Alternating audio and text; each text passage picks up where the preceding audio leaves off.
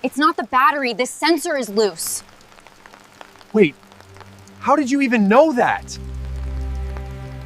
On a deserted county road outside a dying factory town, a young millionaire stood in the cold rain beside an SUV, worth more than most families in that county would ever own. His phone had no signal, his engine was dead, and the only person who stopped was a poor woman in work boots, with grease under her nails, and just enough cash left to keep her father's oxygen machine running another week. She fixed the car in minutes. She refused his money. Then she looked up and saw the old silver ring hanging from his neck. My father For gave one it to second, me. the rain, the road, the whole Why? world seemed to fall away. It was the same ring her mother had once begged her never to ask about, and what that meant was bigger than either of them was ready to survive. Hello everyone, and welcome to today's story. Before we begin, don't forget to like this video and subscribe to the channel so you won't miss more emotional, dramatic, and surprising stories ahead. Be sure to leave a comment telling us where you're watching from. We'd love to hear from you. 3 days earlier, neither of them knew the other existed. Mara Quinn woke before sunrise because her father's coughing started before the alarm ever did. It was always the same. First the dry rattle from the back of his chest, then the long silence that scared her more than the coughing itself. Then the wheezing breath that meant he was still here. She pushed off the mattress in the narrow trailer bedroom and pulled on yesterday's jeans. The floor was cold, the kind of cold that made old places feel tired. The trailer had belonged to Earl Quinn's brother, before the wiring started going bad, and the roof began leaking over the kitchen sink. Now it belonged to nobody official, and to Mara in every way that mattered. Earl was sitting up in the recliner when she came into the living room. One blanket over his knees, oxygen tubing under his nose, a mug of coffee cooling untouched in his hands. He had once been broad-shouldered and hard to move. Years at the plant had made him that way. Years after the plant had closed had taken it all back. "You should called me," Mara said. "And wake you up earlier," he said, then gave a weak half-smile. "I'm sick, not selfish." She crouched beside the machine near his chair and checked the tubing connection. Then she looked at the gauge. Lower than she wanted, again. "I'm picking up the filters today," she said. "With what money?" "The same magic money I use for everything else." Earl watched her for a second. He knew that tone. It meant she was scared and didn't want him to hear it. "Mara. I said I'll handle it." She stood too fast and went to the stove. Oatmeal. Cheap. Filling if a person lied to themselves enough. She made his thinner so he could swallow it easier. Made hers thicker so it felt like more. That was how most things worked in that trailer. Earl got the softer chair, the warmer blanket, the last clean towel, the better half of everything. Mara never thought of it as sacrifice. It was just math. He had taken her in when she was 12 and hollow-eyed and standing at a funeral in a borrowed dress. Since then, the two of them had been surviving one practical choice at a time. By 8, she was already in coveralls, hair tied back, work gloves shoved into her back pocket. She spent her nights at Dyer Salvage on the edge of town, stripping parts from wrecked vehicles, sorting usable metal, doing the jobs that left her shoulders burning and her knuckles split. During the day she took whatever repair work she could get. Lawnmowers, pickup trucks, generators, old heaters. If it had an engine or a wiring problem, people called Mara Quinn when they wanted it fixed cheap and honest. The town itself had the look of something that had once believed in its own future. Boarded storefronts. Rusted chain-link fences. A grocery store that stayed open mostly because the next nearest one was 20 minutes away. Half the men Earl's age carried the same cough he did. Half the younger ones had left. The factory had closed 12 years ago, but the town still hadn't learned how to stop talking about it, like it might open again on Monday. Across the state line, in a glass office with a river view and climate control set exactly where he liked it, Julian Cross was looking at satellite maps of that same town. He was 29, sharply dressed, and already richer than anyone in his family had expected him to become on his own. That mattered to him more than he admitted. He had not inherited his fortune.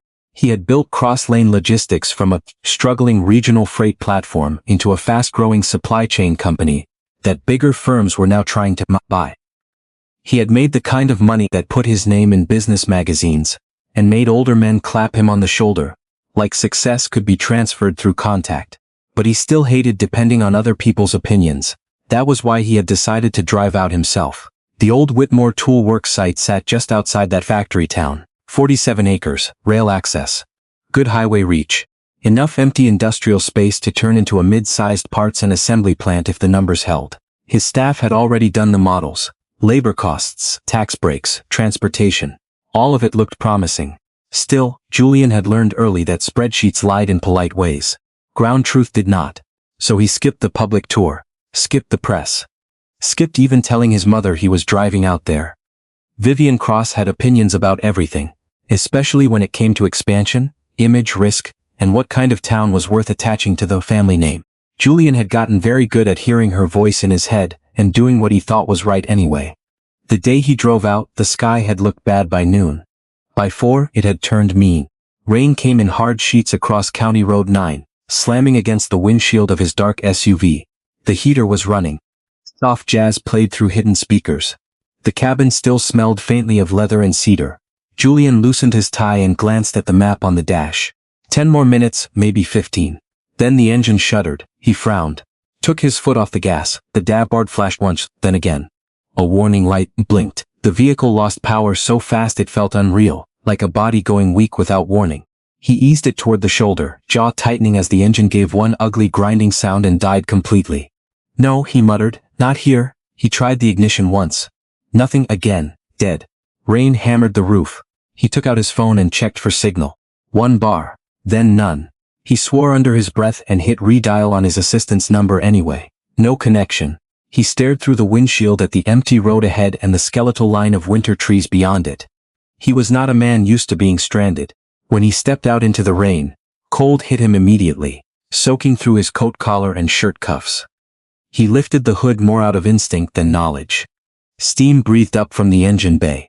He stared at wires, housings, connectors, and wet metal that meant almost nothing to him. Back in town, around the same time, Mara was driving home in a pickup old enough to qualify as stubborn. The heater barely worked. One headlight was weaker than the other.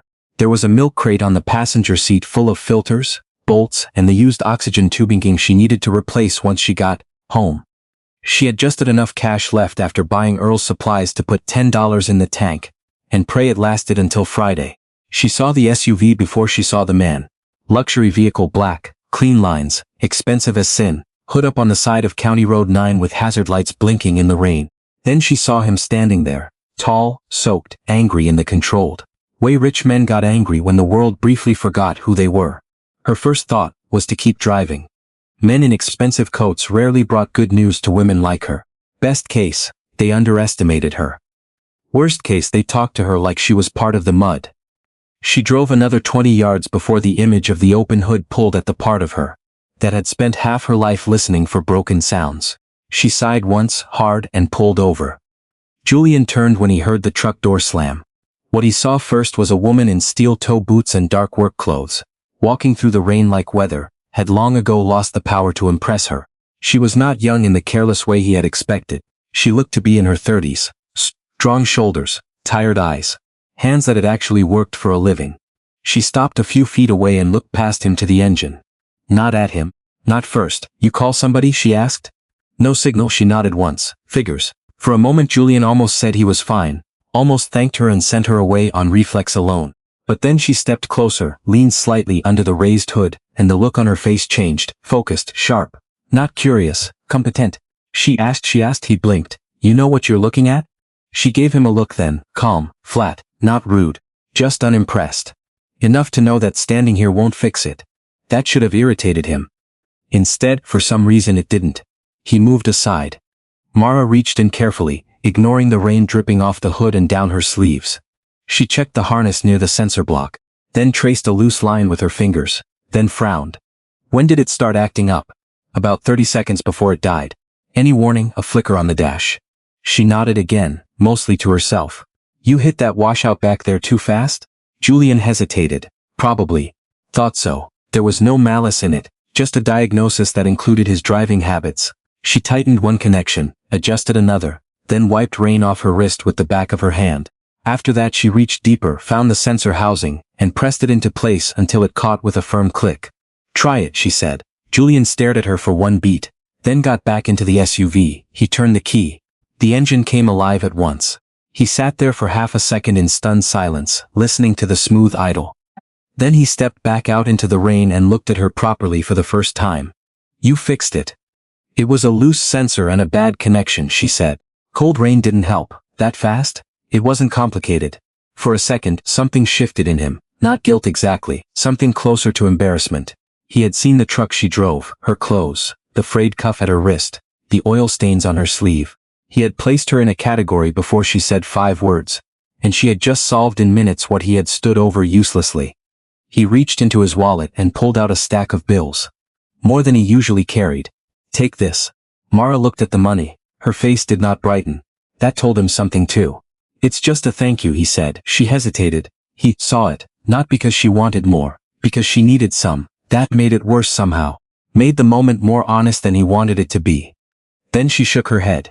You don't owe me that. You saved me from getting stuck out here. You owe me a thank you.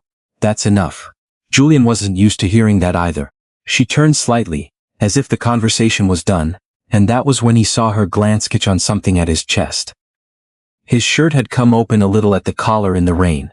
The silver ring on the chain he always wore had slipped into view. Mara froze, not dramatically, not in some theatrical way.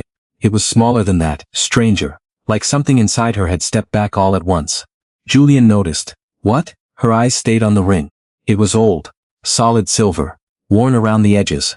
A plain band with a tiny hand-cut mark inside it that his mother had once called meaningless. He had worn it for years because it had belonged to his father, or so he had always been told. Mara's face lost color.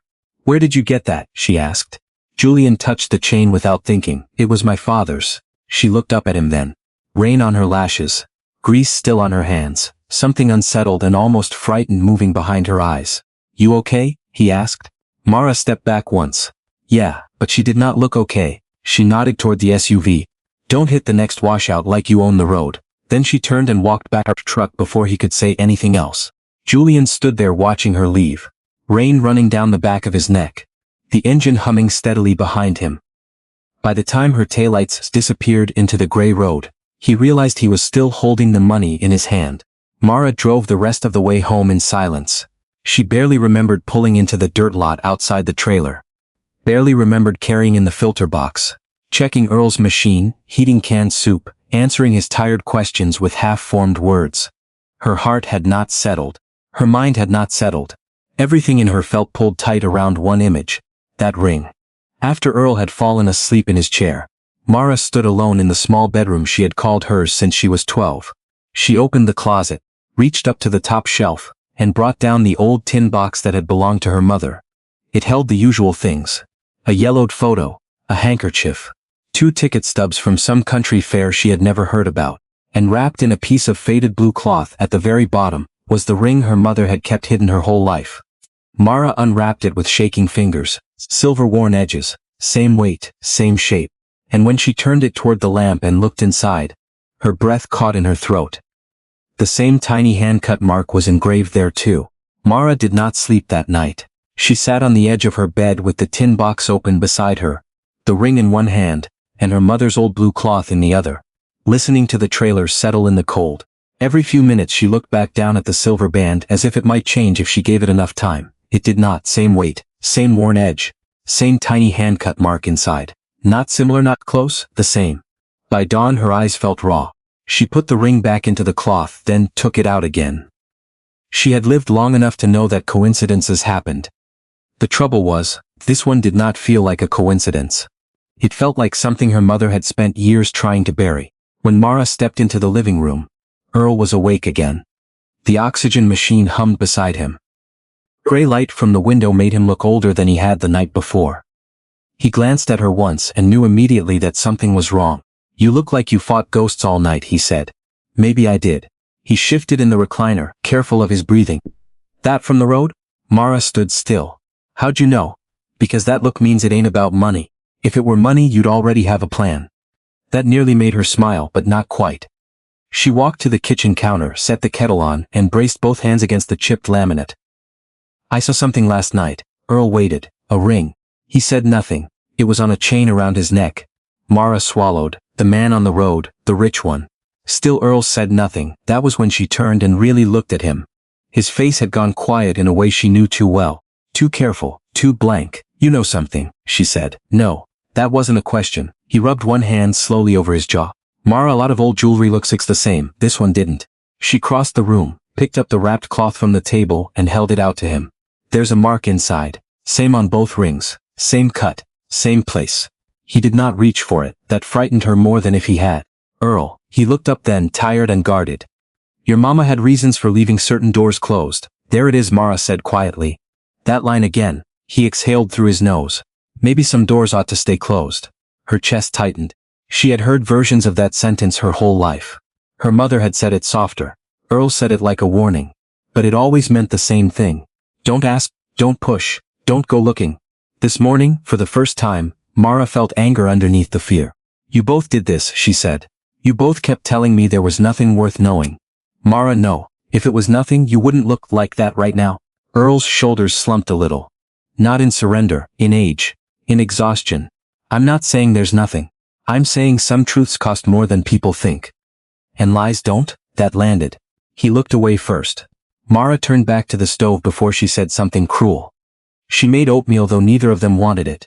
She set his bowl in front of him and took hers to the table, but she couldn't eat. The trailer seemed too small for the questions now rising inside it. Questions about her mother, about that ring, about why the poor spent their whole lives, carrying secrets that rich people could forget and move on from. After Earl went quiet again, Mara carried the tin box back to her room and set it on the bed. If she was going to break open the past, she was going to do it herself. Her mother had not left much behind. A few photographs, 2 old pay stubs, a church bulletin with a pressed flower inside, a county fair ticket, a compact mirror with a crack down one side. Mara had gone through those things before, usually on hard anniversaries, but never like this, never looking for evidence. At the bottom of the box lay a small stack of papers tied with faded thread. Mara untied it carefully. The top one was a photograph she had seen maybe 100 times. Her mother in her early 20s, standing on a lawn so green it almost looked fake, wearing a white waitress uniform with a little folded apron at the waist. She was smiling at the camera, but not with her whole face. Behind her, out of focus, rose the wide stone terrace of the Hawthorne Country Club. Mara stared at that picture for a long time. She had been told her mother worked there one summer. Just a summer. Just serving drinks and carrying trays for wealthy people who probably never learned her name. But now, in the thin morning light, the photograph fell at different. Less like memory. More like a clue. She turned it over.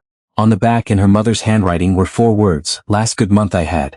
Mara felt cold all at once. The next paper was older and more delicate. A folded page with a tear down one side. Not mailed, not addressed. It had been written in pencil, the handwriting uneven in places, as if the person who wrote it had stopped and started more than once. Mara opened it slowly. I don't know if this will ever reach you. That was the first line.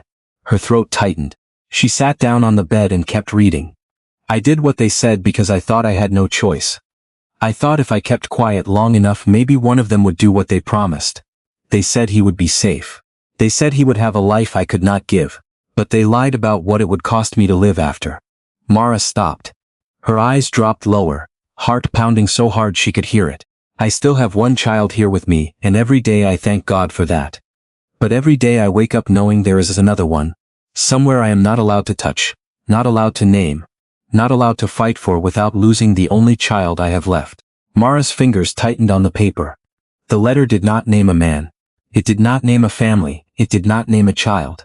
But one line near the bottoms seemed to lift off the page and strike her clean through. If the other baby ever asks who gave him away, tell him I did not. Tell him I lost him. Mara sat frozen, one child here with me, another one somewhere else. For a few seconds she could not breathe right. Her whole life she had built herself around the absence of one unknown father. That was manageable. It was painful, but it was clean. A poor woman got abandoned. It happened every day. But this was not that. This was bigger, stranger, dirtier. This was a child taken, or traded, or hidden. She did not yet know which, and that uncertainty made it worse. She read the letter twice more, hoping she had misunderstood it. She had not. There was a knock at the front door around 10.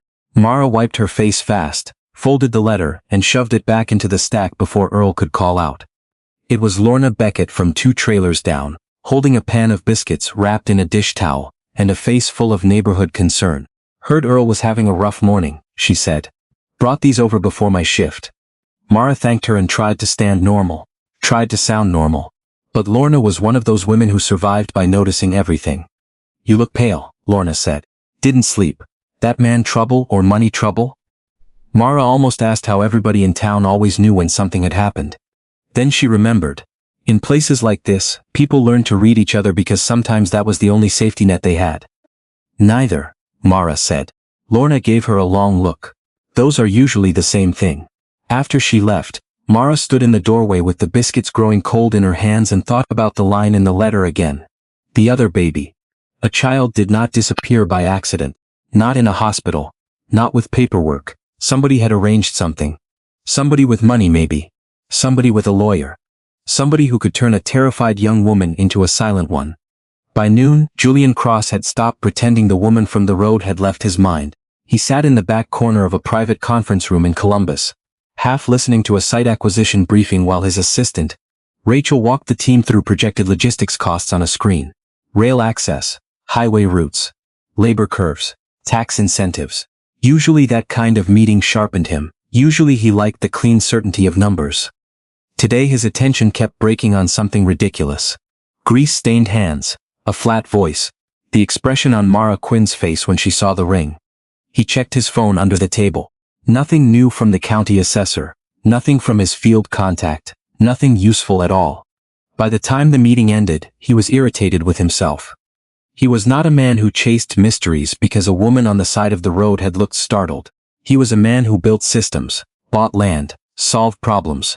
Still he called Rachel back before she got to the elevator. I need something looked into, she turned. The site? No. The woman from last night. Rachel did not react much, but one eyebrow moved a fraction. She had worked with him long enough not to waste surprise on anything until she understood it. The mechanic? I don't know if she's a mechanic. She fixed your SUV in the rain. I'm willing to go out on a limb. Julian ignored that. Her name is Mara Quinn. Rachel tapped it into her tablet. You want what exactly? Background, basic, local records, employment if it's public, property, family. Reason? He hesitated, which annoyed him. She recognized something I was wearing. Rachel watched him for a second. That all? Yes. It was not all, but it was enough for now. By evening the first notes came back. Rachel stepped into his office while the city lights rose behind the glass. Mara Quinn, she said, reading from the tablet. 34. Lives in Fair Hollow Trailer Park with Earl Quinn. No criminal record, no property in her own name. Works nights at Dwyer Salvage. Picks up repair jobs on the side. Tax filings are thin but consistent. No marriage license, no children on record. Julian nodded once. All of it fit what he had already seen. Rachel kept reading. One thing stands out, her birth records are incomplete. Julian looked up. Incomplete how? Adoption notation filed late. County transfer. Mother listed as Lena Quinn. Father blank. Place of birth listed, but supporting documents are missing from the digital archive. Rachel paused. That usually means either old records weren't scanned or something got pulled. Pulled by who? That's sorry. Julian leaned back slowly. An orphan, on paper, no father listed. Incomplete records. A woman who froze at the sight of an old family ring. He did not like how neatly those pieces started to lean toward each other. Rachel lowered the tablet. You think this connects to you? I think it bothered her for a reason. And? Julian looked past her, toward the black window, where his own reflection stared back in a suit that suddenly felt too clean for the questions forming underneath it. And I think I'm tired of being the last person in the room to know what my own family has buried. Back at the trailer, Mara waited until Earl had gone to bed before she took the letter out again. This time she looked for dates, names, anything she had missed. There was no full signature, only the first letter of her mother's name, and one final sentence written smaller than the rest, almost pressed into the paper. I kept the ring because it was the only proof that he existed. Mara closed her eyes. Not proof of a man she loved. Not even proof of a promise. Proof that he existed. That was how her mother had written it. Like she had spent years being told some part of her own life had never really happened. Mara opened her eyes, reached for the photograph from the country club, and turned it over one more time. Last good month I had. Then she unfolded the letter again, and stared at the line about the other baby until the words blurred. Somewhere, her mother had believed there was another child. Somewhere that child had grown up with a different name, and somewhere between a country club lawn and a hospital room, somebody with money had decided. Lena Quinn did not get to keep the truth. Mara looked down at the ring in her palm. Then toward the dark trailer window, where her own face hovered faintly in the glass. For the first time, she let herself think the thought all the way through. What if the man on the road was not a coincidence at all? Then her phone buzzed on the nightstand. Unknown number. She almost ignored it, almost. Instead she answered. A woman's calm professional voice came through the line. Miss Quinn? My name is Rachel. I work for Mr. Julian Cross. He'd like to speak with you again. Mara did not answer right away. She stood in the dark with the phone against her ear, one hand still holding the ring, and listened to the quiet hum of the trailer around her. Earl was asleep in the next room. The oxygen machine rose and fell like a second breathing body in the house. Outside, wind pushed lightly at the loose skirting under the trailer. Everything in her life still looked the same. That made the voice on the phone feel even more dangerous. What does he want? Mara asked. Rachel's tone stayed polite, too polished, too careful. He has a business proposal. He believes you may be able to help with something local. Mara almost laughed at that. Not because it was funny. Because rich people always wrapped what they wanted in cleaner paper. You found my number awful fast. There was a short pause. We had to make a few local inquiries. Of course they did. Mara felt the heat rise in her chest. He had money. He had staff. She had a tin box, an oxygen bill, and a dead mother who had spent half her life afraid of questions. That difference had always been there. Now it felt personal. I'm not interested, she said. Quinn, if you hear the details first, I heard enough. She ended the call before Rachel could answer. The next morning Earl noticed her mood before he noticed the burned toast. Mara had been moving too fast since dawn, slamming cabinet doors, overfilling his pill cup, forgetting to drink her coffee even after she poured it. The trailer was small enough that tension had nowhere to go except into the walls. That him again? Earl asked. Mara kept her back to him, his assistant, and nothing. I told her no. Earl leaned back slowly in the recliner, studying her face the way he used to study engines, looking for the real problem under the noise. You don't sound like somebody who believes that's the end of it. Mara turned around. He had people asking around about me. Earl's jaw tightened. That's what money does. It buys answers from people who never had to earn the right to ask. She nodded once. That was exactly how it felt. Still, Earl didn't tell her to ignore it. He didn't say stay away. He just rubbed at the front of his chest and looked toward the cloudy window. If he wants something, he'll come himself next time. Mara hated how right that sounded. He did.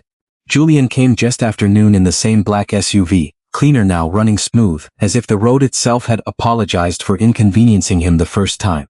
It rolled slowly into the dirt lane of the trailer park, past leaning porches and half-dead shrubs and kids' bikes left in patchy grass. Nobody in Fair Hollow missed a vehicle like that. Curtains moved. One front door opened, then another. By the time Julian stepped out, he had already become the most interesting thing in the park. Mara was under the hood of a rusted pickup, 2 lots over when she saw him. She straightened slowly, wiping her hands on a rag, and watched him take in the row of trailers, the sagging steps, the oil stains in the dirt, the patched windows, the old woman across the lane openly staring from a lawn chair. He wasn't sneering. He wasn't looking disgusted, but he looked like a man very aware he did not belong there. Good, Mara thought, let him feel it. Julian walked toward her with his hands visible, not quite stiff, not quite comfortable. He had left the tie behind today. Dark coat, plain shirt, expensive boots, trying not to look expensive. He stopped a few feet away. You hung up on my assistant. You had somebody digging into my life. I had somebody confirm your name and number. That enough for you? He looked at her, and to his credit he did not pretend innocence. No, he said, it wasn't. Mara folded the rag once, twice, then tossed it onto the truck fender. Then you can turn around and drive that thing back to wherever men like you go when they want something from people like me. Something flashed across his face at that. Not anger, more like discomfort at being spoken to plainly. I came to ask you in person. That's supposed to help? I thought it was more respectful. She gave a short, dry laugh. Respect would be not sending someone after me in the first place. They stood there for a second with the smell of motor oil between them. Then Earl's cough sounded from inside the trailer. Mara's head turned on instinct. Julian noticed. Of course he did. Men who lived in control notice weakness fast, even when they did not mean to use it. He glanced toward the trailer. Your father? Not your business. He nodded, accepted that. Then he reached into his coat pocket and pulled out a folded document instead of cash. That surprised her. I need someone who knows the old Whitmore plant better than my engineering team does, he said. Not on paper, in reality. The wiring, the machines left behind, the ways people out here kept those systems running after they should failed. I was told you've worked on half the equipment in this county. Mara didn't take the paper. You were told right. I'm putting together an assessment team. Short term, Paid contract, no favors. She still didn't move. Julian went on carefully, like he had thought this part through. If I buy that sites, I want to reopen it in stages. Light assembly first, parts routing and repair after. I don't want a consultant from Chicago telling me what works in a place he's never stepped foot in. I need someone who actually knows what's left and what's salvageable. Mara looked at him for a long moment. This was not what she had expected. Not an apology, not a forced second meeting about the ring. A job, cleanly framed, practical, and that somehow made it harder because it sounded reasonable. What's the catch? She asked. No catch, there's always a catch. He held out the paper, 3 weeks. Flat rate plus day pay. You can read it. She took it then finally and scanned the first page. It was a real contract. Not some vague offer. Scope of work, dates, compensation liability terms. It even included mileage reimbursement. That irritated her more than it should have. Rich men usually made it easier to hate them. Why me? She asked without looking up. Julian answered too quickly. Because you know machines. That was true but not complete. Mara could hear the missing part in the air between them. Because of the ring. Because of her mother. Because of the look on her face that night. She looked up. And, he hesitated, there it was. And because I think there are questions we both want answered, he said. Mara's fingers tightened around the contract. You don't get to bundle those things together. I'm not trying to, you are. Her voice sharpened. You're putting a paycheck in one hand and a mystery in the other, and acting like that isn't pressure. Julian absorbed that without stepping back. Then separate them. Take the job or don't. Ask about the rest or don't. I'm giving you the offer because it makes sense. Mara wanted to tell him to go to hell. She almost did. But then Earl coughed again, harder this time, and she thought of the filter invoice tucked under the sugar jar. Thought of the medicine refill due next week. Thought of how long dignity lasted when the power company wanted cash. Julian noticed the shift in her face. You don't have to answer now. That, more than anything, made her suspicious. Men with power usually pushed when they smelled hesitation. They leaned. They sold. He did not, he just waited. I'll think about it, she said. He nodded once. That's fair. As he turned to leave, Mara said, if I say yes, it stays professional. Julian looked back. No gifts, she said. No private help. No extra money because you feel bad. No acting like I owe you loyalty because you signed a check. If I work for you, I work for the contract. Nothing else. Something in his face changed then, not softened. Clarified. As if he was finally seeing where her lines were drawn. Understood. And if I say no, you stop asking around about me. A beat.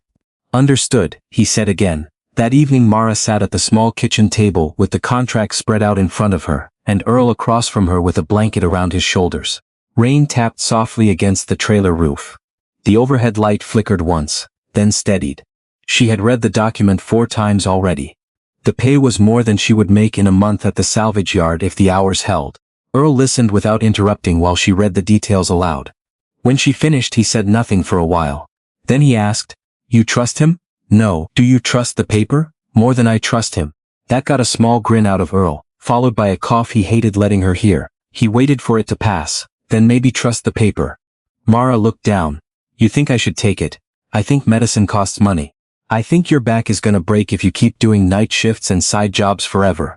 And I think if a man with more money than sense wants to pay you for what you know, that part ain't a sin. She let that sit for a second. Then Earl added, quieter now. Just don't mistake polite for safe. Men like that are raised to speak smooth. Doesn't mean they know what it costs us, the rest of us, to live. Mara looked at him. He wasn't warning her away from the job. He was warning her not to let gratitude blur her judgment. There was love in that, and fear too. The next morning she called Rachel back and accepted.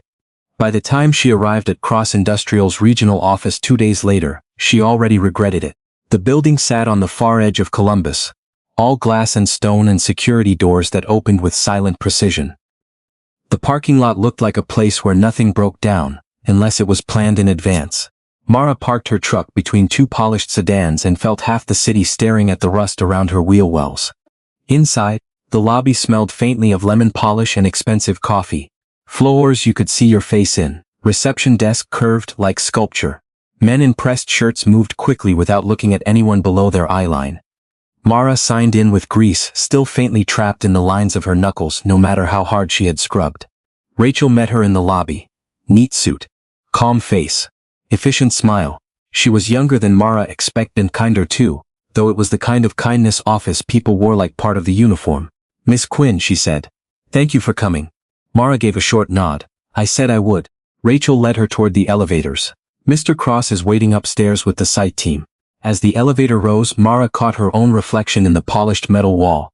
Plain work jacket, dark jeans, boots cleaned but still scuffed. She looked exactly like what she was. That comforted her.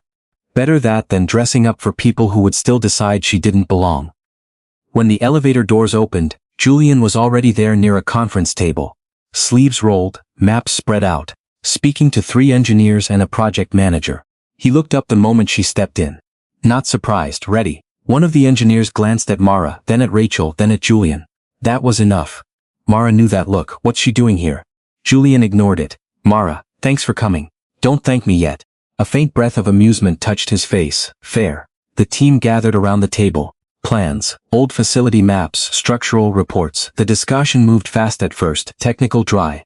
Then Julian asked Mara about the machine bays in the older building. She corrected one of the engineers within 30 seconds. Not rudely, just accurately. The man flushed anyway. 10 minutes later she pointed out that one section on the survey marked as abandoned electrical routing had likely been manually rerun after a flood 11 years ago, because that was the only way the backup units could have stayed online as long as they did. Julian watched the room change. Not all at once, but enough. A couple people stopped glancing at her boots, started listening to her mouth instead. That was something Mara respected. Not that they had doubted her. That was ordinary. But that facts, once spoken clearly enough, could still force a little honesty into the room. They were halfway through the second site schematic when the conference room door opened.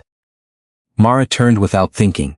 The woman who stepped inside was in her early 60s, dressed in cream and charcoal, every detail immaculate without trying too hard.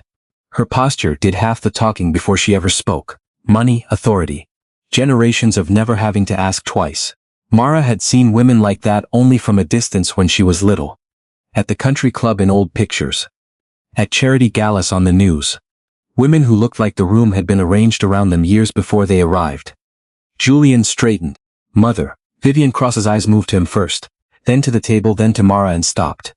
The silences that followed was small, barely a second, but it was real. Mara felt it, so did Julian. Vivian's face did not fall apart. Women like her had spent too long learning not to show damage in public, but something flashed there, something close to recognition. Not of Mara herself, of someone in her face. For the first time since taking the job, Mara felt a different kind of danger enter the room. Vivian recovered quickly, too quickly. I didn't realize you had company, she said, though her eyes were still on Mara. Julian's voice cooled a little. We're in the middle of a planning session. Yes, Vivian said softly, I can see that. Then she looked at Rachel. Who is she? No one answered immediately. Julian did, in the end. Mara Quinn, temporary technical consultant for the Whitmore site.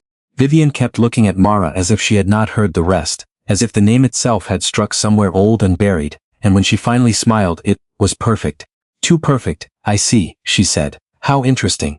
The room did not breathe the same after that. Mara felt it first. Not in words. In the way the engineers shifted their weight. In the way Rachel's shoulders straightened just a little more. In the way Julian didn't immediately look back at the plans. Vivian Cross walked further into the room like she owned the air inside it. Maybe she did. Her heels made soft, precise sounds against the floor.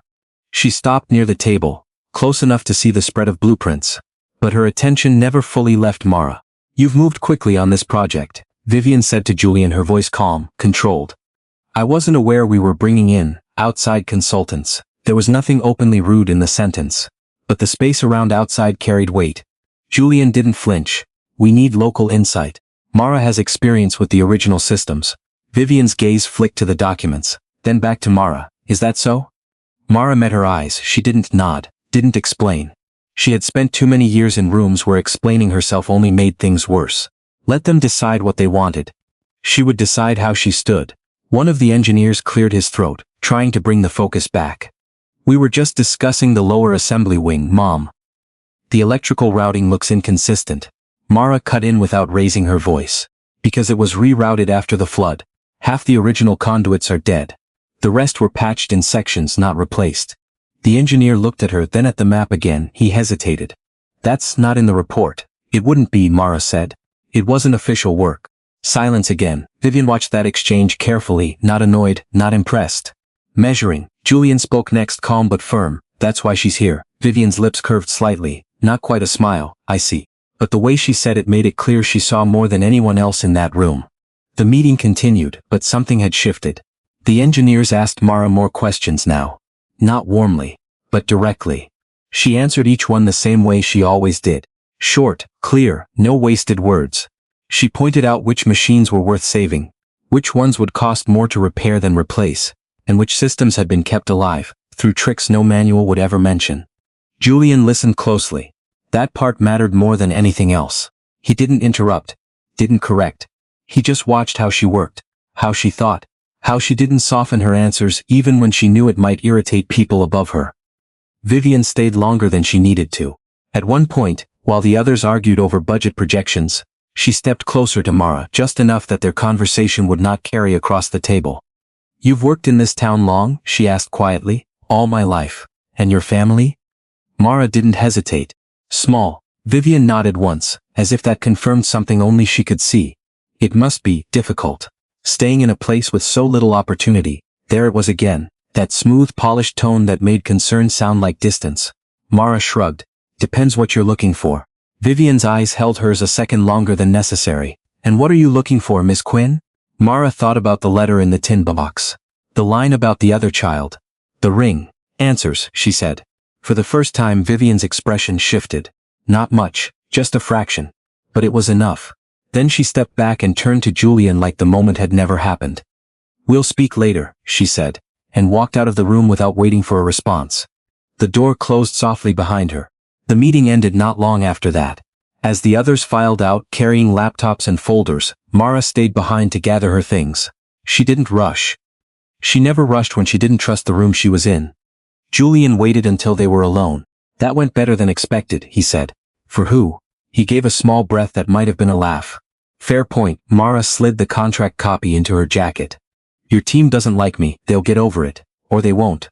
Julian studied her for a moment. "You're used to that. People deciding what I am before I open my mouth," she said. "Yeah, I'm used to that." He nodded slowly. "That wasn't what I meant." "Then say what you meant."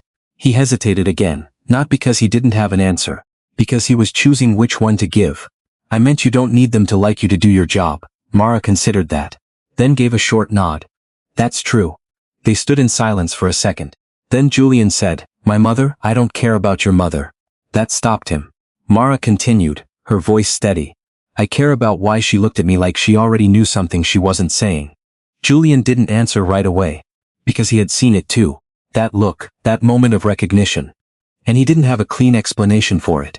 "I don't know," he said finally. Mara watched him, trying to decide if that was true. "Then figure it out," she said. "Because I'm not the only one asking questions anymore." She turned to leave. "Mara." She stopped at the door but didn't turn around. "That ring," Julian said. "You recognized it." Her hand tightened slightly on the door handle. "Why?" Mara stood there for a long second. Then she spoke without looking back. "My mother had one just like it." The words landed heavier than either of them expected. Julian's voice dropped. "Where did she get it?" Mara shook her head once. "If I knew that, we wouldn't be standing here having this conversation." Then she opened the door and walked out. The drive back to Fair Hollow felt longer than usual. Mara kept the radio off. The road stretched out in front of her, gray and familiar, but her mind stayed back in that room, in the way Vivian had looked at her, in the way Julian had listened when she spoke, in the way the engineers had slowly stopped ignoring her. It should have felt like a win. It didn't. Because now the questions were louder. By the time she pulled into the trailer park, the sun was already low. Earl's truck was still where she left it. The porch light flickered on and off like it always did when the wiring got tired. Inside, Earl was sitting up, but something about his posture made Mara move faster. "You all right?" "Just tired," he said. But his breathing was rougher than that morning. Mara set her bag down and checked the machine again. The gauge had dropped more than she expected. "We're going to need more than filters soon," she said quietly. Earl gave a weak smile.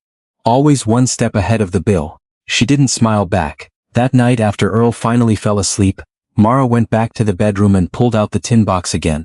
This time she wasn't careful. She spread everything out across the bed. The photograph, the letter, the ring, every small piece of a life her mother had left behind. She looked at the photo again, the country club, the clean lawn, the building in the background. Something about it bothered her now in a way it hadn't before. Not the smile, the place. She leaned closer to the picture, the stone terrace, the archway, the railing. It looked familiar. Not because she had been there, because she had seen something like it earlier that day. Mara's breath slowed. Then she reached for her phone and pulled up the image of the Cross Industrial headquarters Rachel had sent in the onboarding email.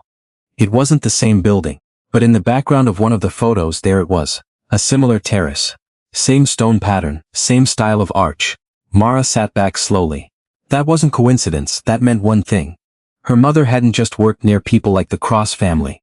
She had been close to them. Closer than anyone had ever told her. Mara looked down at the ring in her hand again, then at the letter, then at the photo, and for the first time, the pieces didn't just feel connected, they felt deliberate. Like someone had taken a life and cut it in half. Her phone buzzed on the bed beside her, another, unknown number. Mara stared at it for a long second, then answered, a man's voice this time, older, careful. Miss Quinn? Yes. My name is Harold Benton. I used to work at the county hospital. I believe I knew your mother. Mara's heart stopped. And I think, he continued slowly, you deserve to know what happened the night she gave birth. The line went quiet. And everything Mara thought she understood about her life shifted again. Mara didn't speak for a moment. Her fingers tightened around the phone, knuckles going pale, while her mind raced ahead of her body. The room felt smaller, the air thinner. Earl's breathing from the other room suddenly louder than it should have been. You knew my mother? She asked, her voice steady only because she forced it to be. I worked nights back then, the man said.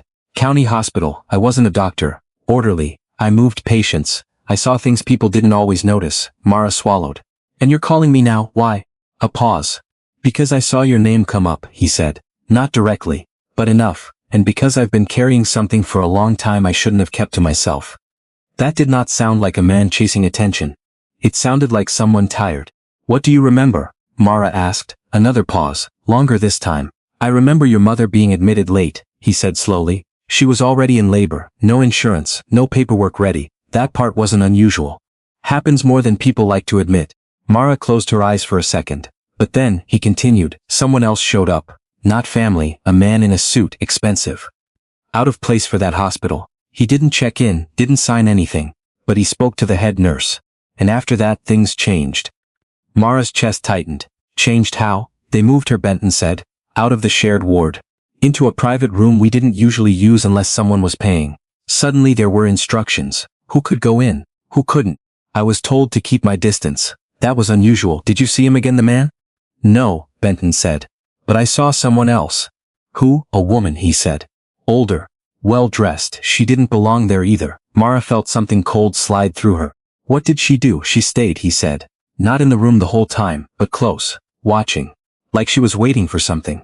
Mara sat down slowly on the edge of the bed. And the birth? She asked. There was a long silence on the line. That's the part I should spoken up about. Benton said, his voice lower now. Your mother had twins. The words landed heavy. Mara didn't react right away. Her mind had already started building that truth from the letter, from the fragments, from the spaces between what she had been told. But hearing it out loud made it real. 2 babies. Benton repeated. A boy and a girl. Mara's hand trembled slightly. And after? She asked. I wasn't in the room, he said. But I saw what happened next. The boy was taken out first. Fast. Too fast, no family waiting, no paperwork signed in front of anyone I knew. Just, gone. Mara's throat tightened. And my mother, she was awake, he said, barely exhausted, but awake enough to ask questions. I heard her asking where her son was. Mara pressed her lips together. What did they tell her? That he needed special care, Benton said. That he'd be transferred, that she'd be informed. And she believed that? No, he said quietly. She didn't. The silence that followed was heavy. She tried to get up, Benton continued. Tried to leave the bed. They had to restrain her. Not violently, but firm. I remember her voice, not loud, not screaming. Just desperate. Mara felt her chest tighten again. And the woman? She asked. The older one? Yes. She went into the room after that, Benton said. Closed the door. Stayed a long time. When she came out she didn't look upset. She looked resolved. Mara's grip on the phone tightened. Do you know who she was? No, he said. Not for sure. But I've worked around enough people to know the type. She wasn't there by accident. Mara's mind went back to the conference room. To Vivian Cross standing in the doorway. To the way she had looked at her. Why are you telling me this now? Mara asked. Because I saw something else that night, Benton said. Mara didn't breathe. I saw a document get signed, he continued. Not by your mother, by someone else. It wasn't a standard discharge form. It was handled quietly, like it wasn't meant to be seen. What kind of document? I didn't get close enough to read it, he admitted. But I saw the header. A trust, some kind of foundation. That's all I remember clearly. Mara's mind snapped to something Julian had said earlier that week. A family trust.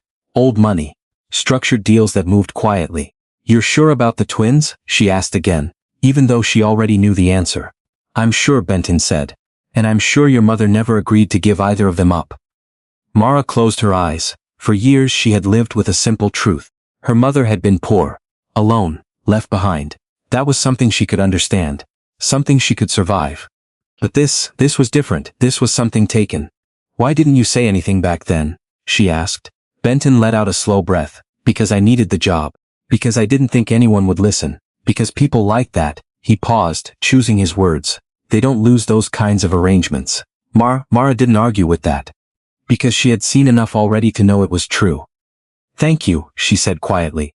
I'm not calling for thanks, he replied. I'm calling because if you go looking into this, you need to know it won't be simple. I figured that out already. Good, he said. Then be careful who you trust. The line went dead. Mara lowered the phone slowly. The room felt different now. Not just smaller, sharper. Like every object around her had edges she hadn't noticed before. She sat there for a long time, staring at nothing, letting the pieces settle. Twins. A boy and a girl, a man in a suit. A woman who didn't belong there, a document signed under a trust, and a ring that somehow survived all of it. Mara stood up suddenly. She grabbed the tin box again and spread everything out across the bed.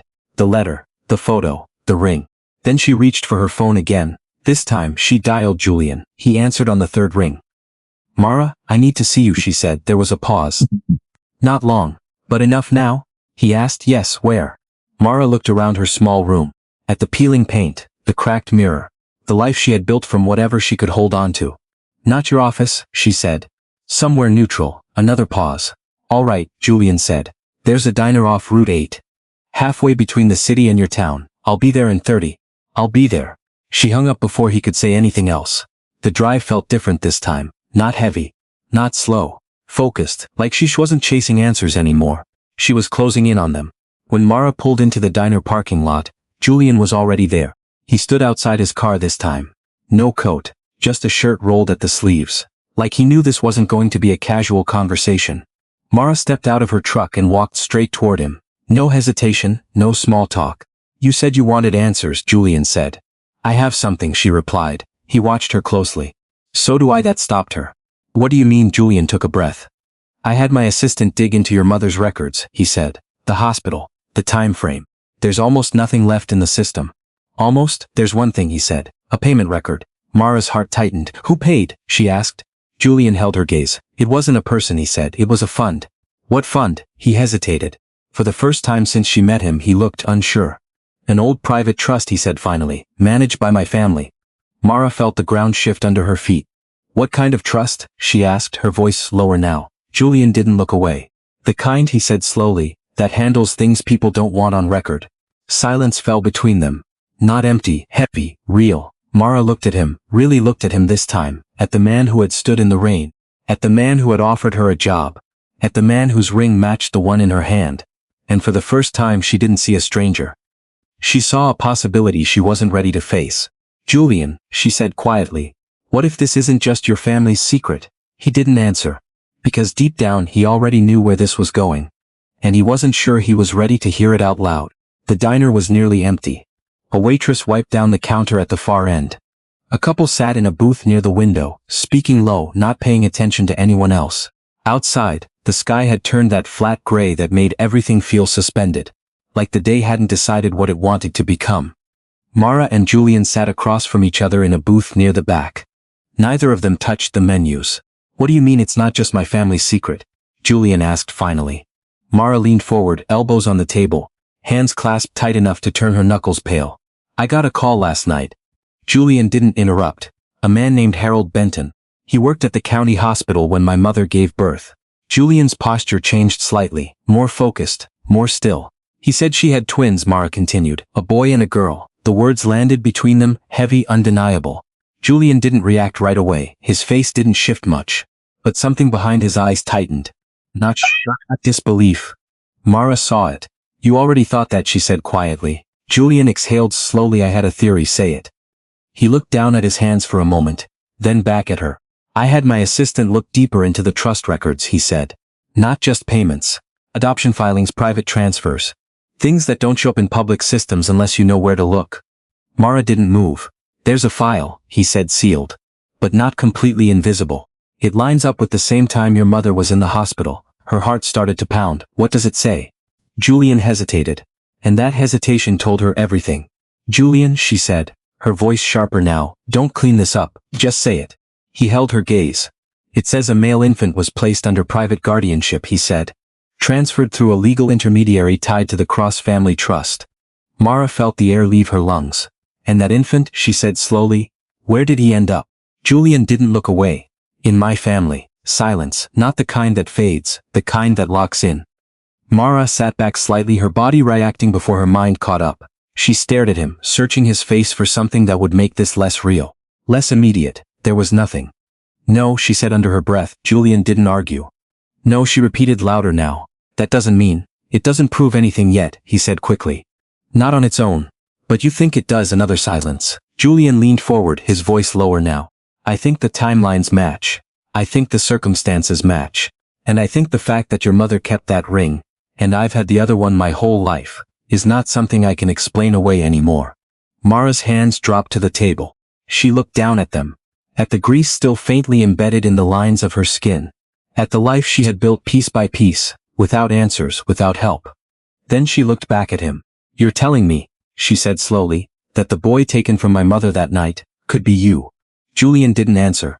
Because there was no version of that sentence that sounded right out loud. Mara laughed once. It wasn't humor. It was disbelief breaking through. That's insane, she said. She stopped. Because the more she tried to push it away, the more it fit. The ring, the trust, the hospital, the missing records. The way Vivian had looked at her. Mara stood up suddenly. I need air. She didn't wait for him to respond. She walked out of the diner, pushing the door open harder than necessary. The bell above it ringing too loud in the quiet afternoon. Outside, the cold air hit her face, sharp and immediate. She paced once. Twice. Then stopped, pressing her hands against the side of her truck, breathing hard. This wasn't how life worked. People didn't just discover they had a lost relative sitting across from them over coffee. Not like this. Not in real life. But then again, her life had already stopped being simple the moment she opened that tin box. Julian stepped outside a few seconds later. He didn't come too close. Didn't try to touch her. He just stood a few feet away. I'm not saying this to hurt you, he said. Mara let out a sharp breath. You think that matters right now? I'm saying it because if it's true, we need to deal with it properly. She turned to him. Properly? She echoed. You mean legally? Structurally? Like it's another deal to manage? That's not what I mean. That's exactly what you mean, she shot back. Everything in your world gets handled, controlled, packaged into something that makes sense. Julian didn't raise his voice. This isn't something I can control. Then stop acting like you can. They stood there, tension pulling tight between them. Mara shook her head, stepping back again. You don't get it, she said, quieter now. For you, this is a problem to solve. For me, she stopped. Because the words didn't come easily. For me, she said finally, this is my life being rewritten without my permission. Julian absorbed that. Didn't argue, didn't defend, because she was right. After a moment he spoke again, more carefully this time. If I'm wrong, he said, we confirm that and move on. And if you're not, he didn't answer immediately. Then I have to face what that means, he said. Mara looked at him, really looked. At the man who had grown up with everything she didn't have. Security, opportunity. A name that opened doors instead of closing them. And now possibly the life that had been taken from her mother. You don't even know what that means yet, she said. No, he admitted. But I'm not walking away from it. She studied him for a long moment, looking for signs, for cracks, for anything that felt like dishonesty. What she found instead was something else. Uncertainty. Real uncertainty. And underneath it, something that looked a lot like fear, that shifted something in her. Not enough to trust him, but enough to stop seeing him as just another rich man trying to control the narrative. All right, she said finally. Julian straightened slightly. We don't jump to conclusions, Mara continued. We find proof. He nodded once. Agreed. And we do it my way. That made him pause. What does that mean? He asked. It means we don't go through your lawyers first, she said. We don't bury this under contracts and silence agreements before we even know the truth. Julian considered that. Then nodded again. All right. Mara took a breath. There's someone else who knows more, she said. The man who called me, Harold Benton. He was there that night. Julian's focus sharpened. Where is he? Still local, she said. Retired, lives outside town. Julian glanced toward his car. We go see him. Mara shook her head. Not like this, she said. You show up with that car, dressed like that, asking questions, he'll shut down before we even get through the door. Julian looked down at himself, then back at her. Then how? Mara met his eyes. You let me lead, she said. Another pause. This one down longer. Because for Julian Cross, letting someone else lead, especially someone from a world he had always stood above, wasn't something he did easily. But this wasn't a business deal. And for the first time in a long time, he wasn't the one with the answers. All right, he said quietly. Mara nodded once, then turned back toward her truck. We go tomorrow, she said. Morning. Julian watched her for a second. Then something occurred to him. Mara, she stopped. If this is true, he said, if we're right about what happened. She didn't turn around. What? She asked. Julian took a breath. My mother knew, he said. Mara's hand tightened slightly against the truck door, because deep down, she already knew that too. And whatever came next wasn't just about finding the truth. It was about deciding what to do with it. And how much it was going to cost them both. Mara barely slept. She lay on her side, staring at the thin line of light leaking through the cracked curtain, listening to Earl's uneven breathing from the other room. Every time she closed her eyes, the same image came back. A hospital room she had never seen. Her mother asking for a child she was never allowed to hold. And somewhere in that same moment, Julian. The thought made her chest tighten. By the time morning came, she was already up. Coffee untouched on the counter, jacket on, keys in hand. She moved like someone who knew standing still would only make it worse. Julian was already waiting when she pulled up. Not in his usual car. A worn pickup sat parked off to the side of the road, dust on the hood, nothing about it drawing attention. He leaned against the door, sleeves rolled, expression quieter than usual. Mara noticed it. You took my advice, she said. Julian gave a small nod. Figured it would help. She studied him for a second, then walked past him toward the passenger side. Don't talk much when we get there, she said. Let me handle it. Julian didn't argue. The drive out to Benton's place was quiet. Fields stretched out both sides of the road, old fences, a few abandoned barns. The kind of place where time didn't move forward so much as it slowly wore things down. Mara kept her eyes on the road. Julian watched the landscape, two different worlds. Same destination. When they finally turned onto a narrow gravel road, Mara slowed the truck. A small house came into view, weathered wood. A porch that leaned just enough to make you notice. A truck parked out front that hadn't been washed in years. This is it, she said. They got out. Julian let Mara walk ahead. She knocked once. No answer. She knocked again, louder this time. Footsteps. Slow, the door opened a crack. Then a little wider. Harold Benton looked older than his voice had sounded. Thin, shoulders slightly hunched, eyes sharp in a way that didn't match the rest of him. He looked at Mara first, then at Julian. His expression changed, not surprise, recognition. You brought him, Benton said quietly. Mara didn't react. We need to talk. Benton hesitated, then stepped aside. Come in. The house smelled like old wood and coffee that had been reheated too many times. Papers stacked on every surface. A small television playing low in the corner. Benton closed the door behind them. I wasn't expecting this, he said. Mara stayed standing. You said you had something to tell me. I did. She glanced at Julian briefly, then back at Benton. Say it again, she said, but this time in front of him. Benton studied Julian for a long moment. You're the one, he said finally. Julian didn't pretend to misunderstand. That's what we're trying to confirm. Benton nodded slowly. Then you should hear it exactly the way it happened. He moved to a chair and sat down, hands resting on his knees like he needed something solid to hold on to. Your mother came in late, he began, looking at Mara, already in labor, no support, no one with her, that part you already know. Mara nodded once. But what I didn't say on the phone, Benton continued, is that she wasn't just scared, she was hiding. Mara frowned slightly. From who? I don't know, Benton admitted. But she kept asking if anyone had come asking for her, like she expected someone to show up. Julian's attention sharpened. And then someone did, Benton said, glancing at him. Just not who she was afraid of. The man in the suit, Mara said. Benton nodded. And later the woman. Julian spoke this time. Describe her. Benton didn't hesitate. Composed, controlled. The kind of person who doesn't raise her voice because she doesn't have to. People listen anyway. Mara felt something cold settle in her chest. Vivian. Benton continued. She spoke to the doctor privately. After that, everything became organized, too organized. Julian's jaw tightened slightly. What about the birth? He asked. Benton's gaze moved between them. 2 babies, he said again. That part hasn't changed. But the way it ended, he paused. Your mother never signed anything, he said to Mara. Not willingly, I'm sure of that. Mara's hands curled at her sides. Then how did it happen? She asked. Benton let out a slow breath. There are ways, he said. Legal enough to pass. Quiet enough not to raise questions, especially when money's involved. Julian stepped forward slightly. My family's trust, he said. Benton looked at him. I didn't know the name back then, he said. But I saw the paperwork. And I saw who walked out with it. Silence. Heavy. Unavoidable. Mara's voice came out lower now. Say it. Benton held her gaze. The boy didn't go to a system, he said. He didn't go into foster care. He went straight into a family that had already decided he was theirs. Julian didn't move, didn't breathe? Mara asked. Benton didn't look away. She made sure of it. That was it. No more guessing. No more theories. Just truth. Mara felt it hit her, not like an explosion, but like something breaking deep inside. Quiet. Final. Julian stood there, absorbing it in a different way, not just as information, as consequence. My mother, he said slowly, knew. Benton didn't answer directly, but he didn't need to.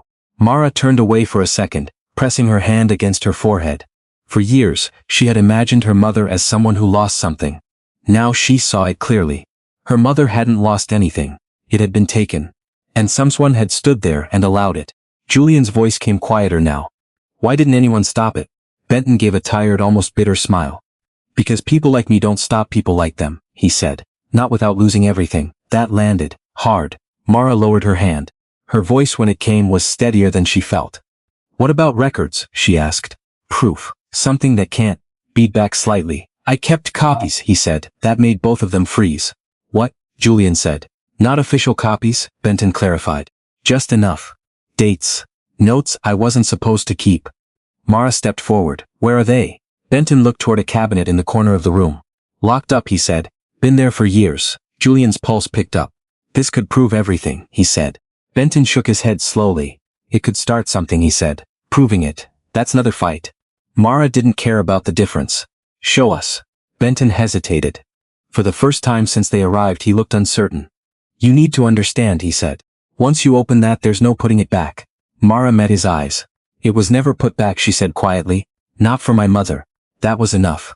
Benton stood up slowly and walked to the cabinet. He reached inside, pulled out a thin folder. Worn, edges soft from time. He held it for a second longer than necessary, then turned back toward them. This is all I have, he said. Mara stepped forward. Julian stood beside her.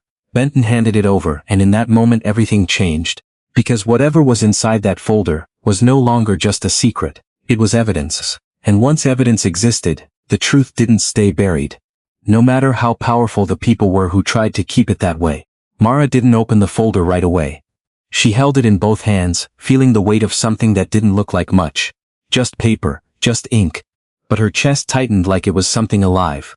Julian stood beside her, close enough to feel it too. Open it, he said quietly. Mara glanced at him. Not angry, not soft either, just steady. This doesn't belong to you, she said. Julian nodded once. I know. She looked back down at the folder, then slowly she opened it. The first page was handwritten. Not neat, not official. Notes taken fast, like someone writing things down they weren't supposed to remember. Names, dates, times. Mara's eyes moved quickly at first, then slowed as pieces started to connect. Her mother's name was there, not the one on her ID. The one she had used before she came to this town. Mara's breath caught. You see that? She said almost to herself. Julian leaned in slightly. That's her, Mara whispered, before she changed it. Benton watched from across the room, quiet, letting them see it for themselves. Julian's eyes moved down the page. Delivery time, he said softly. 2 infants. Mara? This one had a printed header, faded, but still clear enough. A private foundation, no logo she recognized. But Julian did. His expression changed. That's ours, he said. Mara didn't look up. She kept reading. There were initials instead of full names in some places. References that didn't mean much on their own. But together they told a story. A transfer authorized. Witnessed, finalized, no signature from the mother. Mara's hand tightened on the page. She never agreed, she said. No, Julian replied. She didn't. Another page. A note scribbled in the margin. Mother refused sedation administered. Mara froze. The words didn't make sense at first. Then they did, and when they did, something inside her broke open. They drugged her, she said, her voice barely there. Julian didn't answer, because there was nothing to soften that. Mara closed her eyes for a second, just one. When she opened them again, she kept going. She needed to see all of it. Another sheet. A name this time, not hidden, not coded, a witness signature. Mara's eyes moved over it, then stopped. Her heart skipped once. No, she whispered. Julian felt it immediately. What is it? She didn't answer. She just turned the folder toward him, and pointed. Julian looked. At first it didn't register.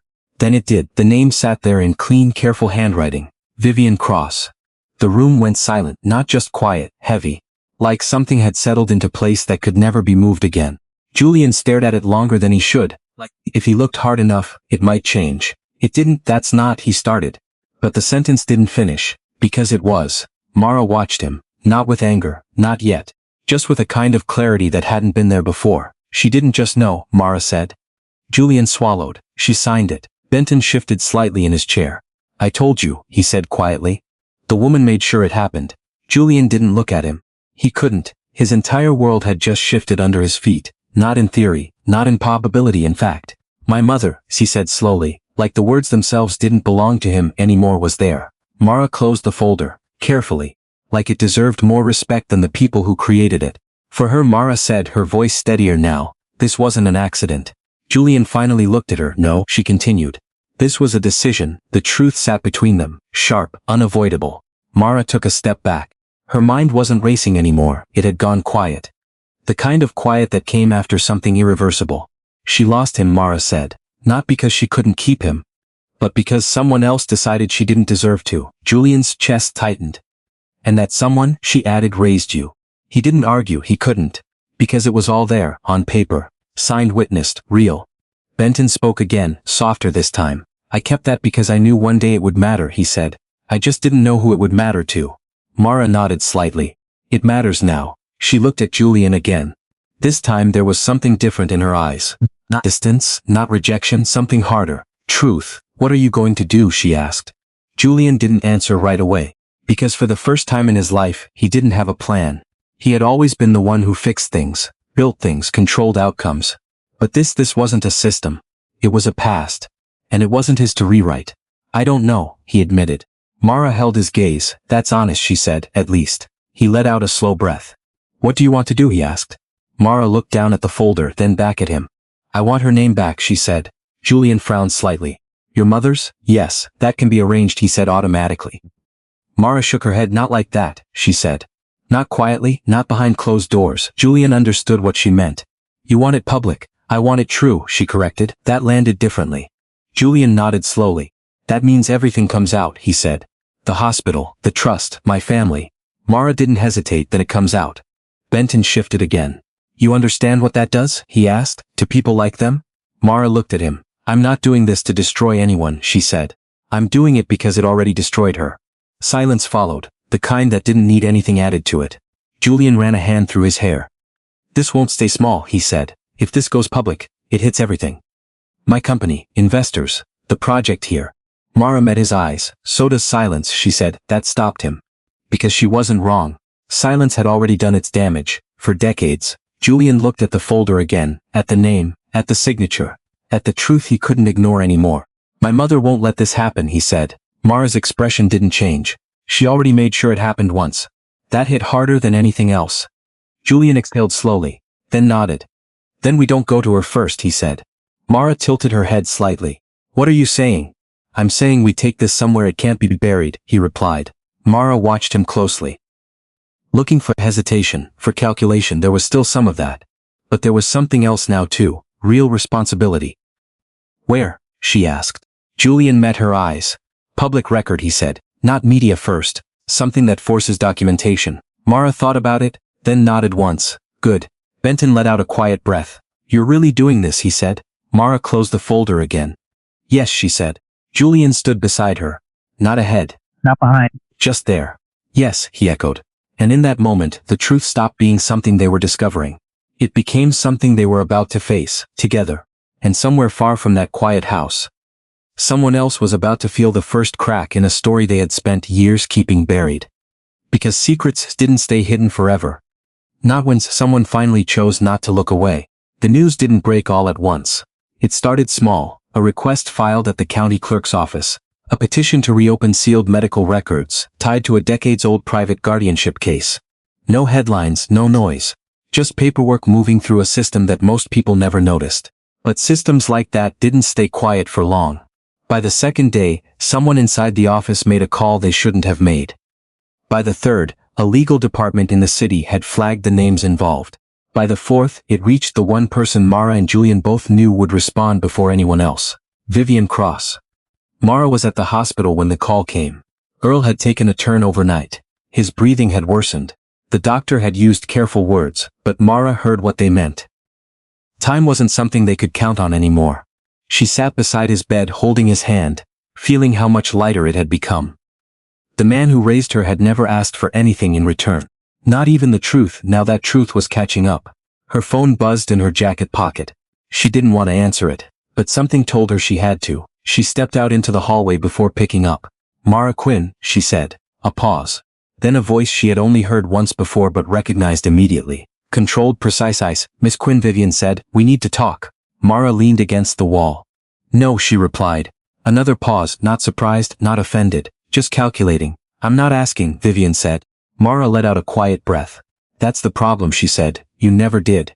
Silence. Then Vivian spoke again, softer this time. "Your petition was filed this morning," she said. "You've moved faster than I expected."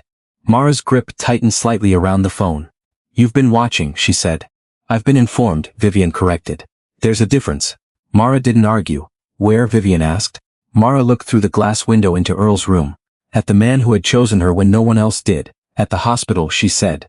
"Room 212. Another pause. "I'll be there in 30 minutes. The line went dead. Mara stayed where she was for a second longer. Then she went back inside. Earl's eyes opened slowly when she sat down again. "You look like trouble found you," he said, his voice weak but still carrying that same dry edge. Mara managed a small smile. Something like that. He studied her face. "You going to run from it?" he asked. Mara shook her head. "No." Earl nodded faintly. "Good," he said. "About time you stopped letting life decide things for you." She squeezed his hand gently.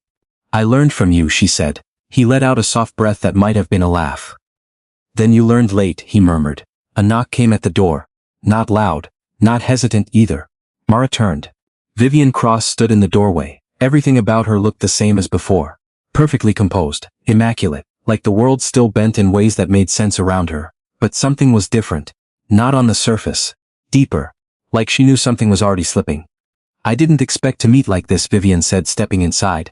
"Mara didn't stand, neither did my mother," she replied. That landed. Vivian's expression didn't break, but it shifted. Just enough. She glanced at Earl. "Mr. Quinn," she said politely. Earl gave a faint nod. "Lady who takes things that aren't hers," he replied. Mara closed her eyes for a second.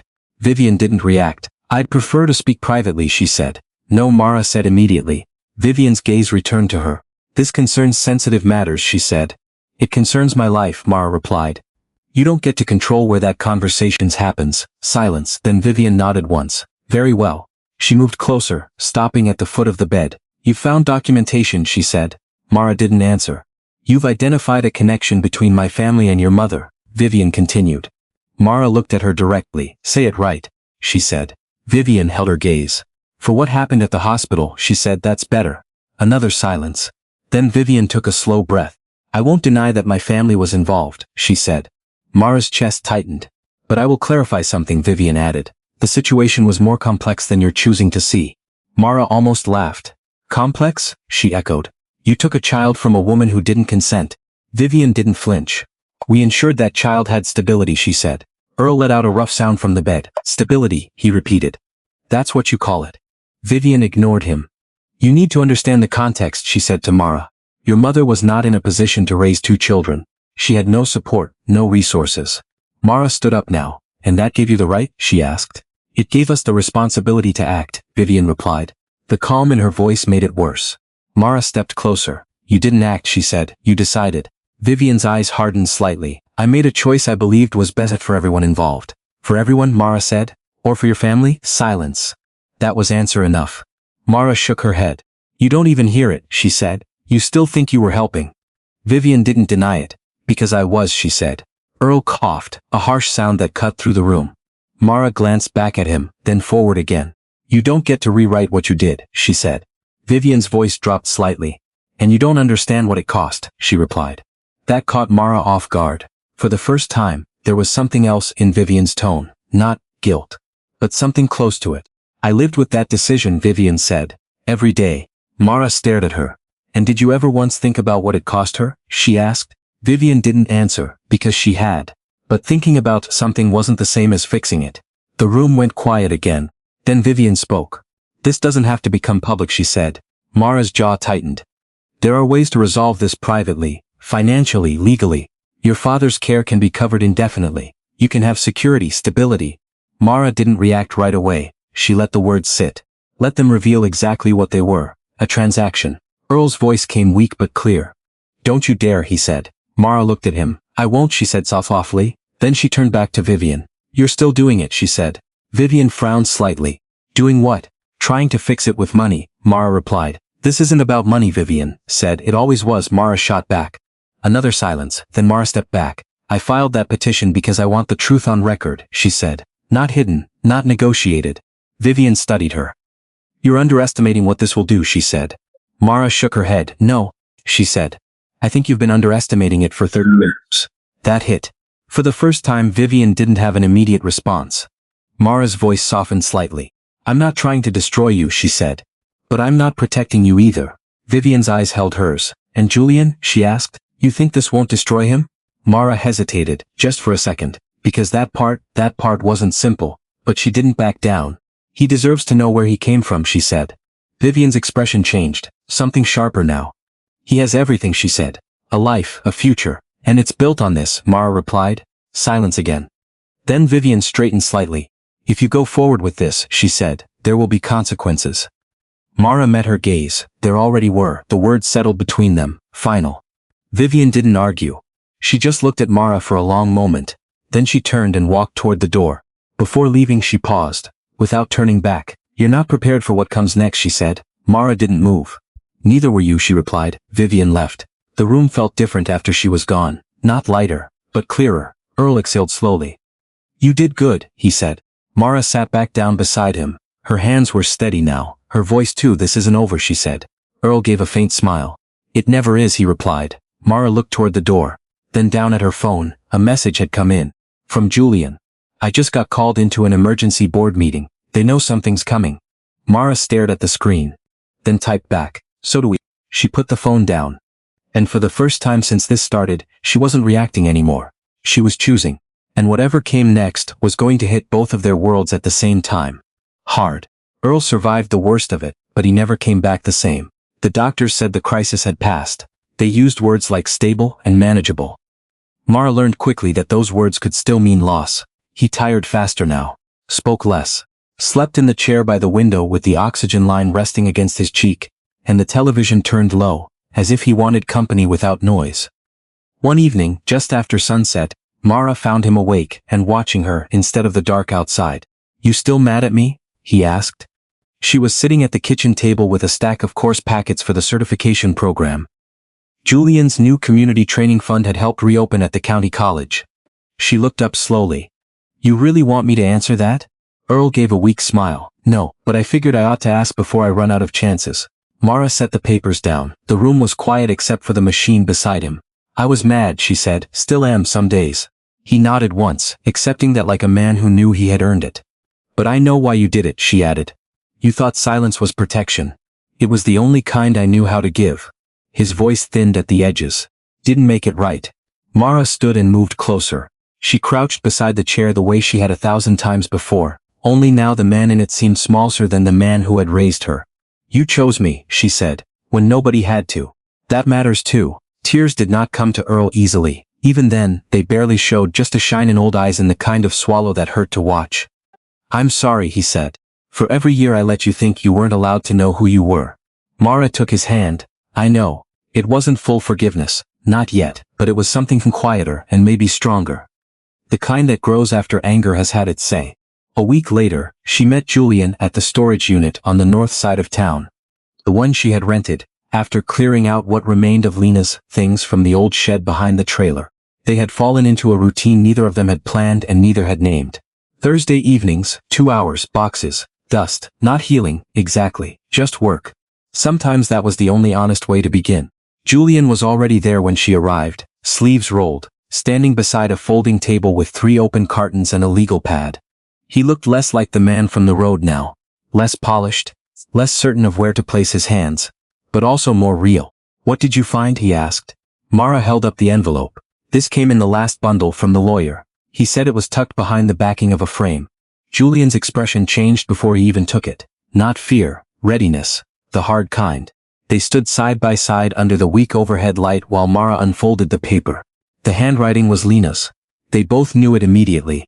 "If he ever finds you, tell him I never gave him away. I lost the fight." Julian stared at the words for so long Mara thought he might not breathe. Then his hand went to the back of his neck, and he looked away toward nothing. For most of his life, the story had been simple. He had never known another version. He had been wanted, chosen, saved, in the way powerful families like to describe what they took. Even after the hearing, even after the documents, some part of him had still carried a child's oldest wound. What if she had let him go? Lena's note destroyed that lie in one sentence. Mara watched it happen on his face. Not loudly, not dramatically, just the slow collapse of something false that had held up more of him than he understood. "She didn't leave you," Mara said quietly. Julian nodded once, but his eyes were still on the page. "No," he said. His voice broke on the second word, "she didn't." He sat down hard on the folding chair, elbows on knees, the letter shaking slightly in his hands. Mara did not touch him. They were not there yet. Maybe they never would be in the easy storybook way. But she stayed. Sometimes staying was the closest thing to mercy people knew how to offer. After a while he said, "I built half my life trying to prove I deserved what I had." Mara leaned against the table. "Most people do." He gave a short, bitter breath that was not quite a laugh. "That's not the same as learning it was bought with someone else's loss." She didn't answer because there wasn't a clean answer. In the months that followed, things changed the slow way. Real things changed. Not with music swelling in the background. Not in one neat scene. The county hearing forced corrections into the public record. Lena's name was restored. The guardianship file was amended. The hospital, long since merged and renamed, issued a statement full of legal caution and moral emptiness. It was not enough, but it was on paper now. She existed there, not as a rumor. Not as a poor girl somebody wealthy had stepped around. As the mother they had tried to erase us. Julian did what he had promised and more than what his board wanted. He restructured the Whitmore site project after holding open meetings in the town hall, where laid-off mechanics, retired maintenance men, single mothers, and trade teachers all got to speak before the plans were finalized. For the first time in that town's memory, people like Mara weren't just used as labor after the decisions had already been made. They were in the room while the decisions happened. The training program opened first. Small classes. Real certifications. Paid apprenticeships tied to actual jobs instead of empty speeches. Women enrolled too, not as a publicity line, but because Mara insisted the sign-up process not quietly funnel them into office tracks and away from the shop floor. When Julian offered her the title of Community Technical Supervisor, she almost said no. Not because she didn't want it, because she needed to know it was real. So she took the coursework, sat for the exams, logged the hours, failed one module, took it again, passed. Earned the position the only way she could live with, which was by becoming undeniable. On her first day in the role, she stood inside the old plant with a hard hat under one arm, listening to new trainees laugh nervously near the loading bay, and felt something she had not expected. Not triumph, belonging. Not the kind someone grants, the kind you build.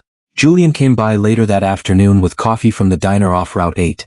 The same place where everything had first begun to turn. He handed her a paper cup and looked out over the half-rebuilt floor. "It's louder than the models predicted," he said. Mara smirked. "That's people, they do that." He smiled then, brief and tired and honest. "I'm learning." They still met once a week. Sometimes at the storage unit. Sometimes at the cemetery. Sometimes on Earl's porch when the weather was good, and Earl had enough breath to pretend he wasn't listening while they tried, awkwardly, to learn the shape of each other. No grand declarations. No sudden perfect intimacy. Just stories told in pieces. Foods they hated. Habits they shared without realizing. The strange discomfort of seeing familiar expressions on a face that came from a different life. Blood had not made them family in one clean moment. Choice had started to. Vivian came to the cemetery on a windless afternoon in October. Mara had gone there to replace the flowers and clean the dirt from Lena's headstone, where the corrected name now sat carved in full. She heard the car door close behind her, and knew who it was before she turned around. Vivian stood a few yards away in a dark coat, older than she had looked in court, older than she had looked in any office or hallway, or polished room where power used to shield her from consequence. "I wasn't sure you'd let me stay," she said. Mara set the cloth down. "I'm not here to let you do anything." Vivian accepted that. She stepped closer but not too close. Her eyes moved to the stone, to Lena's name. This time it stayed there. "I told myself," Vivian said after a long silence, "that giving him a life meant I had done something defensible." Mara said nothing. Vivian's voice stayed even, but it cost her now. That much was plain. "I never once said the truth the way it actually was. Not to him, not to myself." "No," Mara said. "You said the version that let you keep living with it." Vivian closed her eyes briefly. Yes, there was no apology big enough for what stood between them. They both knew that money could not cross it. Regret could not erase it. Even honesty now only came after the damage was done. "I don't forgive you," Mara said. Vivian nodded. "I know, but she wasn't nothing," Mara continued, looking at the headstone instead of the woman beside her. "She wasn't disposable. She wasn't some problem your family solved." When Vivian answered, her voice was barely above the wind in the grass. "No, she wasn't." That was all Mara gave her. It was not mercy. It was not absolution. It was simply the truth spoken where it belonged. That night, back at the trailer, Mara opened the small wooden box she kept in her room now instead of the old tin. Inside lay both silver rings. One her mother had hidden. One Julian had unhooked from his chain and placed in her palm 3 weeks earlier without a speech, without ceremony. Just a simple sentence. They should stay together now. Mara turned them over in the lamplight. Same worn edges. Same hand-cut mark inside. For years they had been symbols of absence. Of silence, of things taken and never named. Now they meant something else. Not a fairy tale. Not a secret air fantasy. Not some rich family miracle. Proof. Proof that the past had happened.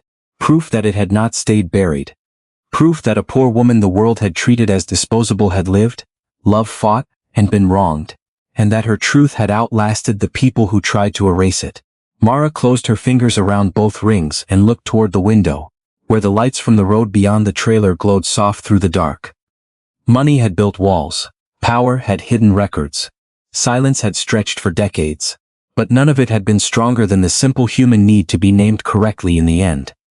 And maybe that was the part worth holding on to. Not that the lost had been found too late, but that they had been seen at last. If this story stayed with you, tell me what part hit you the hardest. And if you believe people deserve truth before pity, stay with the channel for the next story.